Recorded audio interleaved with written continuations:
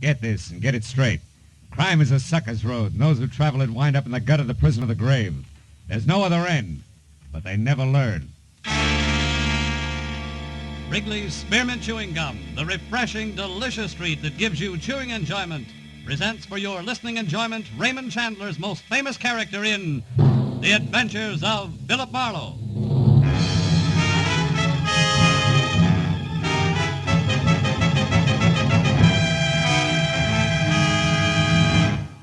The makers of Wrigley's Spearmint Chewing Gum are glad to bring you tonight's exciting story, The Iron Coffin.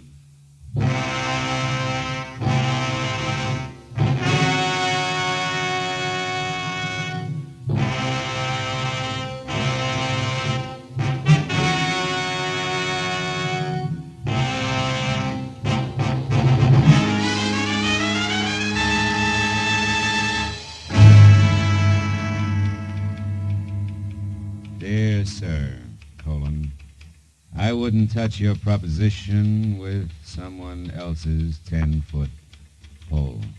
Period. Furthermore, Hello?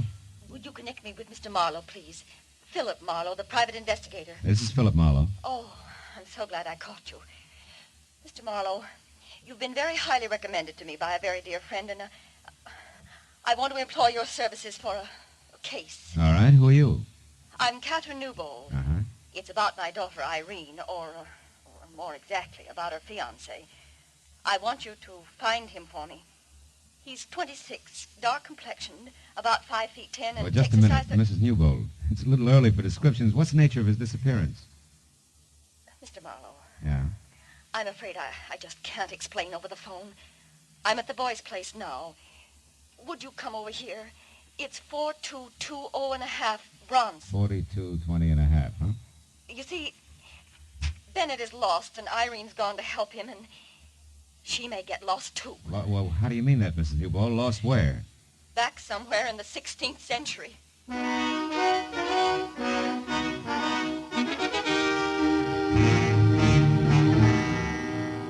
After she hung up, I spent a few minutes trying to decide if I should take along my .38 or a butterfly net. But in spite of what I thought she'd said about the 16th century, I was convinced that Mrs. Newbold was a genuinely worried woman. I'd sold myself on that by the time I hit Bronson Avenue. When I finally found number 4220.5, I began to unsell myself fast. Said 4220.5 was a sagging second floor of a weed-ridden tile and stucco heap on the alley, in back of a dead delicatessen. The windows were heavily shuttered behind rusty iron grills, and the heavy door was set at the top of a narrow flight of unreliable wooden stairs. Mr. Marlowe, I'm Mrs. Newbold. Hello. The looks of this place on the outside, Holy smoke. It's rather bizarre, isn't it? Yeah, to say the very least. These are Bennett Virago's rooms. He's a student. Of what, alchemy? His place is a museum. Everything in here must date back to the... Yes, to the 16th century. That's what you said, yeah. That's what I meant. Mr. Marlowe, 2 years ago when my daughter met Bennett, he was a nice, normal boy with a great enthusiasm for history. Uh-huh. He's brilliant. I liked him, and Irene, of course, fell madly in love with him. But then... Then what, Mrs. Newbold? Bennett began to change. He was working awfully hard toward his doctor's degree when suddenly he seemed to hit a snag. How do you mean? Well, he became obsessed with a particular period in history, Spanish history. Well, that's not so unusual. That's how guys become specialists. Oh, but it's more than that. His interest was much more than scholarly. It became a morbid fascination. Oh? Look at these relics, Mr. Marlowe. Yeah. At first, Bennett only studied them. But in the last year, he began to live with these things exclusively. More and more until he left a month ago. And now, well, I just don't know. You know, my guess is the boy needs a psychiatrist, not a private detective. Where's he now? Well, I'm not sure, but this morning a note came from Irene. It was mailed in Santa Barbara 2 days ago, the day she left. She might be with him. Yeah, but you said you had an idea where they might be. I do. See this book? Yeah. It's a castle. Constructed in the year 1540 by Peter the Cruel of Lerma near the present city of Valdemoro. Seized in 1562 after a violent struggle by the Count of Castile. Dominique Virago. Yes. And look here. I found this old newspaper clipping in that book there. Uh-huh. It's about that very castle. It says it was torn down in 1887 by an eccentric millionaire bachelor and rebuilt stone for stone on an isolated part of the California coast known as Point Estero. Uh-huh. The man who spent his entire fortune on this single project was Philip Virago. For Pete's sake. And that's where they are. They must be. Well, considering what we started with, that makes sense. I looked it up, Mr. Marlowe. Point Estero is just above Morro Bay, about 200 miles north of here. Will you go up there and find out what's wrong? I'm awfully worried.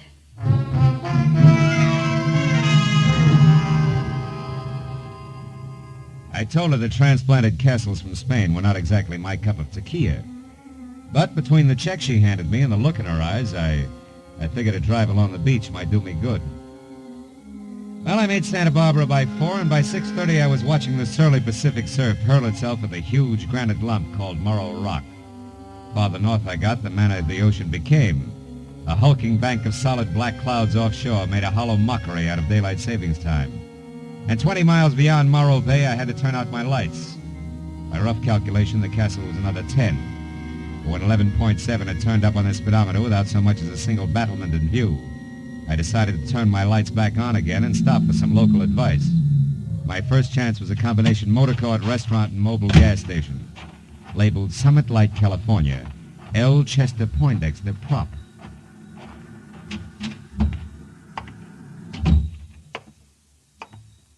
Howdy, friend. Bad night to be out on the road, huh? What'll you have? Yeah, a cup of coffee. Okay. Driving on up north? No, as a matter of fact, I'm looking for that old Spanish castle that's along this coast somewhere. Yeah? Yeah. Got any idea how I can get there? You got business here? Yeah, I might have. Why? Just wondered. Hmm. Not a good place, mister. Folks in these parts like to forget it's here. Oh? What's wrong with it? Nothing, maybe. Then again, well, it was built 60 years ago by a madman, mister. Brought it over here from Spain, complete, even to the furniture. So I hear. They say it belonged to his ancestors, and he brought them, too. Every one of their bodies. Their coffins are down there under that castle right now. 13 of them. How do you know? I talked to an old-timer once who helped put that place together. 7 men died on that job. And do you know what he told me? One of them coffins is iron, and it's 8 feet long. You made a great fool back here. Fill it up again, will you? It ain't funny. They say his name was Peter the Cruel. Now, look, Chester, you're not lathering yourself up into a ghost story for tourists, are you? You asked me, and I'm telling you. All I asked you was how to get there. You see that light out there? Hmm? Across the bay and past the breakwater? Wait till she comes around again. There, see it? Yeah. That's up on the summit of Point Estero. Well, the castle's just a mile past that. There's not much of a road in, but you can make it. Okay, thanks. It's right down next to the water, in a nasty, jagged little cove. Altogether, it's 3 miles from here. Much obliged. There's something else you might keep in mind. Huh? Like I said, I don't hold with ghosts. But I know for a fact them coffins are sealed in a crypt under that castle. But they don't stay put. They get thrown around. Folks have heard 'em thumping. Good night, friend.